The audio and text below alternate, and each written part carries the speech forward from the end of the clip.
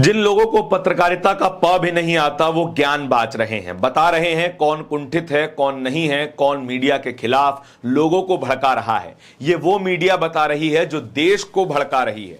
ये वो मीडिया बता रही है जो बीते 12 सालों से देश में हिंदू मुसलमान का जहर बो रही है। एक पत्रकार हैं रवीश कुमार, कौन नहीं जानता होगा, जिन्होंने 27 साल एक चैनल को दिया और आज भी पत्रकारिता कर रहे हैं। इंडिपेंडेंट स्तर पर ही सही लेकिन कर रहे हैं, बता रहे हैं क्या सही है क्या गलत है, क्या सच है क्या झूठ है और किन विषयों पर बात होनी चाहिए किन विषयों पर बात नहीं होनी चाहिए, कौन सा विषय आपके लिए फिजूल है।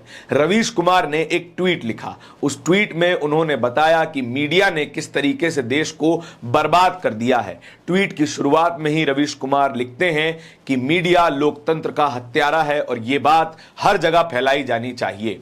पोस्टर छपवाए जाने चाहिए, देश के कोने कोने तक पहुंचाए जाने चाहिए, एयरपोर्ट्स पर, गाड़ियों के पीछे, पार्टियों के दफ्तर के बाहर और हर जगह यह बात बताई जानी चाहिए कि गोदी मीडिया लोकतंत्र का हत्यारा है। लेकिन इसी ट्वीट की दूसरी लाइन में रवीश कुमार यह बात भी लिखते हैं कि इसी गोदी मीडिया के साथ हिंसा नहीं होनी चाहिए।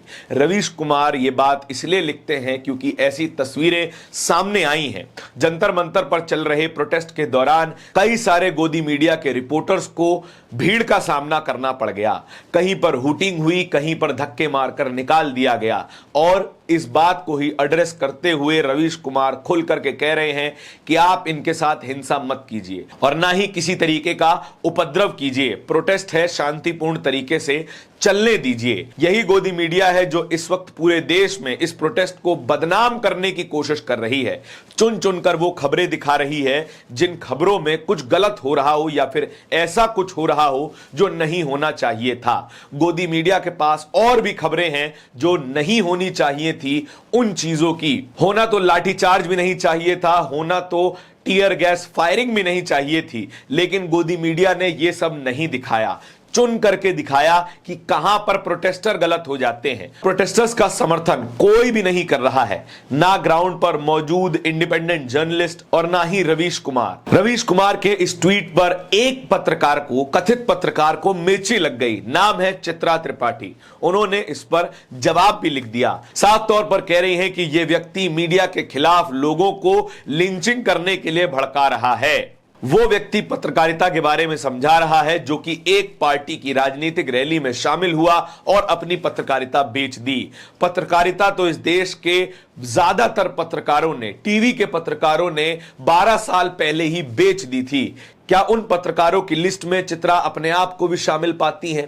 क्या उन पत्रकारों की लिस्ट में भी शामिल पाती हैं जिन पत्रकारों के बारे में, जिस मीडिया के बारे में रवीश कुमार कह रहे हैं? रवीश कुमार कह रहे हैं कि लोकतंत्र का हत्यारा है मीडिया और हत्यारा कहलाए जाने पर केवल और केवल वही व्यक्ति चिढ़ता है जिसकी हत्यारे वाली मानसिकता होती है। लोकतंत्र की हत्या करना क्या होता है? लोकतंत्र कोई हाड़ मांस का पुतला तो है नहीं कि आप चाकू घोंप दें और उसकी हत्या हो जाए। लोकतंत्र की हत्या धीरे धीरे सुनियोजित तरीके से बीते 12 सालों में की गई है। ना तो सांसदों की चोरी दिखाई गई, ना ही वोटों की चोरी दिखाई गई और ना ही राम मंदिर में हुई नोटों की चोरी दिखाई गई। रवीश कुमार भी इन्हीं बातों पर अपने ट्वीट को अंत करते हैं। कहते हैं कि सांसद चुराए जा रहे हैं, पार्टियां लूटी जा रही हैं, वोट चुराए जा रहे हैं और इन सब पर गोदी मीडिया कुछ नहीं कहता है। और आखिरी में मूल बात यही है कि गोदी मीडिया लोकतंत्र का हत्यारा है। आप किसी प्रोटेस्ट में जाते हैं, खबर दिखाते हैं, ज्यों का त्यों दिखाते हैं, अच्छा पहलू भी बुरा पहलू भी, जो है जैसा है नंगा सच दिखाते हैं। रवीश कुमार ये नंगा सच करीबन 27 सालों से ऑन ग्राउंड से लेकर के स्टूडियो में प्राइम टाइम तक दिखाते आए हैं। जब हम पत्रकारिता के सालों में बच्चे हुआ करते थे, पहली बार जब मीडिया की रिपोर्टिंग देखनी शुरू की थी तब रवीश की रिपोर्ट आया करती थी। तब मनमोहन सिंह की सरकार थी, उसी पार्टी की सरकार थी जिस पार्टी का इल्जाम चित्रा त्रिपाठी रवीश कुमार पर लगा रही हैं। तब रवीश कुमार सड़कों से खड़े होकर के सड़क, नाली, राजनीति, सामाजिक विज्ञान, तभी सभी तरीके की खबरें दिखा रहे थे।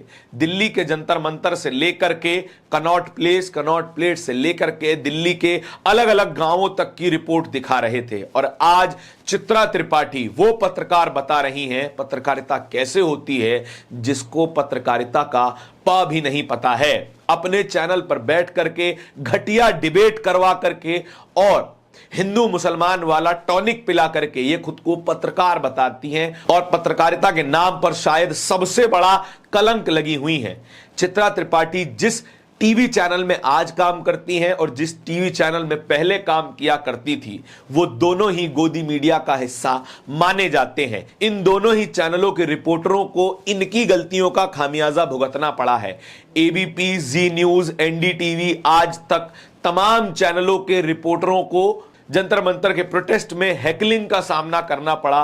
गोदी मीडिया गो बैक, गोदी मीडिया मुर्दाबाद का सामना करना पड़ा। यह रिपोर्टरों की गलती नहीं थी, लेकिन उनके एडिटर्स की, उनके एंकर्स की गलती थी, जिसका खामियाजा ये सामान्य रिपोर्टर झेल रहे हैं, जिनकी सैलरी लगभग इन बड़े बड़े एंकरों के आधे के आधी भी नहीं होगी। तब भी ये रिपोर्टर वो सजा झेलते हैं जो क्राइम, जो गुनाह इनके आला अधिकारियों ने, इनके संपादकों ने स्टूडियो में बैठ करके किया है। रिपोर्टर तो वही बताता है, वही फीड भेजता है जो वो देखता है, लेकिन फिर जो उसमें काट छांट की जाती है, जो हिस्सा हटाया जाता है, जो हिस्सा रखा जाता है, वही लोकतंत्र की हत्या का प्रोसीजर बन जाता है। चित्रा त्रिपाठी जी, थोड़ा पत्रकारिता के बारे में दोबारा जाकर के पढ़िए। रवीश कुमार और आपके कद में पत्रकारिता के लिहाज से जमीन और आसमान जितना फर्क है। आपके इस पूरी खबर के बारे में क्या विचार हैं, कमेंट सेक्शन में बताइएगा जरूर। इस तरीके की और भी खबरों को देखते रहने के लिए बोलता हिंदुस्तान को सब्सक्राइब जरूर कीजिएगा। बहुत बहुत शुक्रिया।